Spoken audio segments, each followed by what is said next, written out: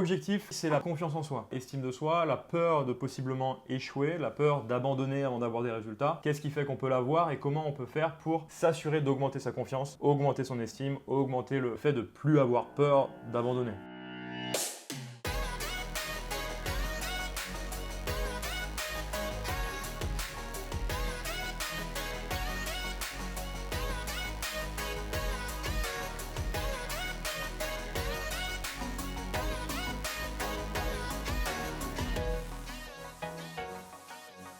Vous êtes assez nombreux, et ce qui est normal, à avoir cette baisse d'estime, cette confiance ou des fois avoir peur de ne pas avoir des résultats. Et l'objectif, il est que vous puissiez reprendre totalement votre pouvoir. Quoi qu'il arrive, je sais que je vais réussir. La confiance en soi, l'estime de soi ou la peur, on ne l'atteint jamais. Ça veut dire qu'en fait, vous n'arrivez pas à un jour où vous vous levez et vous dites « Waouh, j'ai confiance en moi. Je suis arrivé sur ma gare d'arrivée, c'est fini. Aujourd'hui, j'ai confiance en moi pour tout le reste de ma vie. » Ça n'existe pas. Si vous aviez pour objectif d'avoir confiance en vous sur tous les plans, sur tous les domaines, ce n'était pas possible. Et que c'est peut-être le fait que vous souhaitiez avoir confiance en vous dans tous les domaines qui fait qu'aujourd'hui vous n'ayez pas confiance. Il y a une notion d'action. C'est je passe à l'action pour faire un choix, pour dire quelque chose. Je me mets en mouvement pour obtenir, pour dire, pour faire ce que je pense, pour être aligné avec moi-même ou autre. Et après, vous allez le préciser en fonction de vous. Donc pour moi, aujourd'hui, ça veut dire quoi? Avoir confiance en moi à un instant T, maintenant. La confiance, c'est quelque chose qui se construit tout au long de votre vie et vous allez passer des paliers sur des choses. Par exemple, ne pas arriver à retourner un plat au restaurant et de le faire, c'est un premier palier. Puis après, vous allez peut-être arriver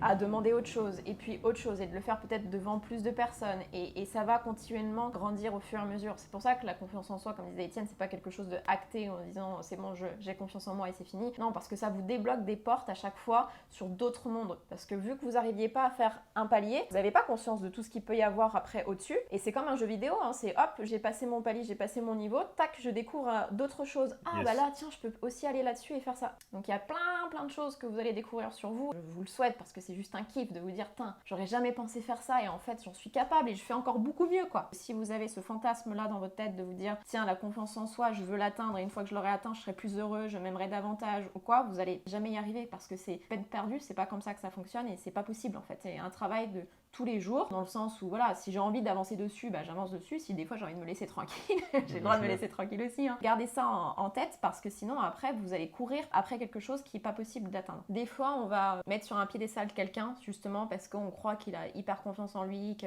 c'est quelqu'un de waouh, il sait faire ci, il sait faire ça. Et en fait on se rend compte que sur des petits trucs où vous, pour vous, qui est hyper simple, que vous faites naturellement, de vous dire mais t'es pas capable de faire ça alors que tu fais des trucs de dingue et pourtant ça c'est tout petit, c'est tout simple. Bah oui, mais chacun a son monde, chacun a sa perception et chacun a ses challenges. Donc c'est pour ça que c'est important de vous dire que vous n'êtes pas en dessous de quelqu'un ou au-dessus de quelqu'un, que vous êtes au même niveau sur des sujets différents. Par quoi est déterminée notre confiance en nous? Elle est déterminée par l'estime qu'on a de nous et elle est déterminée par un autre point qui est la notion d'exagération. Est-ce que ça vous parle de la peur du regard des autres? Admettons, je suis un peu timide. J'ai peur que les autres me regardent. Je vais aller dans un restaurant et je vais avoir du mal presque de rentrer dans le restaurant habillé de telle manière parce que je vais avoir peur que les gens me voient comme ça. La peur possiblement de la réaction des autres, etc. Ça demande d'avoir une pensée à l'intérieur de soi que quand on va ouvrir la porte du restaurant, tout le monde va nous regarder. Si j'ai peur du regard des autres quand je vais rentrer dans un restaurant, ça veut dire que intérieurement, je m'exagère parce que quand je vais ouvrir la porte, tout le monde va se retourner comme ça et dire « Waouh, oh là là !» On s'exagère. Et la confiance en soi est là pour se dire « Eh, redescends Coco. Ils sont en train de manger leur steak. Ils vont pas te regarder. » On accentue les situations. On s'exagère sur le fait qu'il va se passer quelque chose d'énorme. Et on le fait tous, hein. Et c'est ok,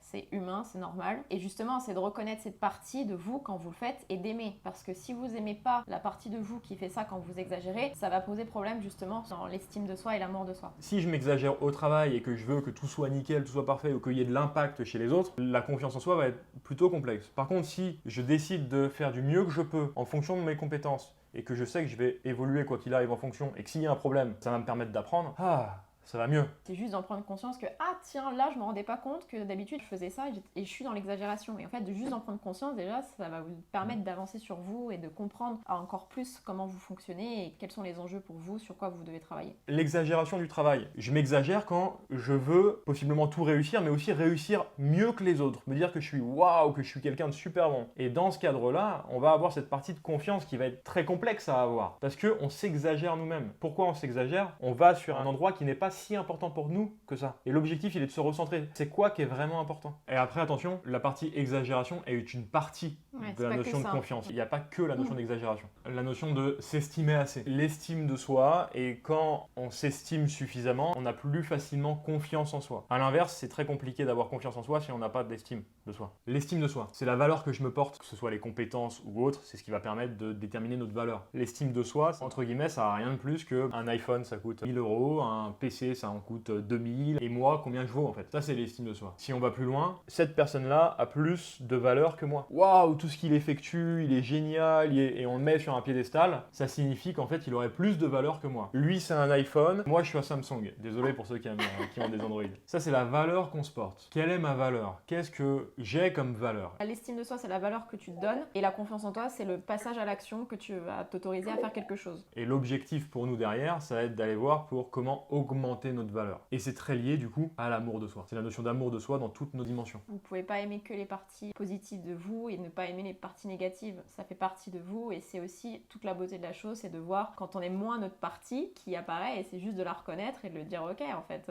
ça fait partie de moi, et j'aime autant cette partie de moi parce que ça fait l'ensemble, en fait, ça fait un tout. C'est moi, je peux pas être moi sans mes parties désagréables. On pourrait même vous dire, aujourd'hui vous vous dites peut-être waouh, j'ai pas de valeur, je suis nul, je me parle super mal. Vous pourriez être amené, et vous devriez être amené à pouvoir aimer cette partie-là. Parce que cette partie-là, il y a plein de bénéfices à cette partie que vous ne voyez pas forcément encore. Et c'est ce qu'on va pouvoir déterminer au fur et à mesure. Mais des fois, se dénigrer et se dire waouh, j'ai pas de valeur, de toute façon j'y arrive pas, ça veut dire aussi possiblement faire un travail où on mettrait beaucoup plus de temps à l'effectuer. Et du coup, mettre beaucoup plus de valeur à ce travail-là. Et augmenter mes compétences. Et travailler davantage sur moi. Et me dire que je vais faire un coaching parce qu'en fait, j'ai du mal à avoir de la valeur pour moi. Etc.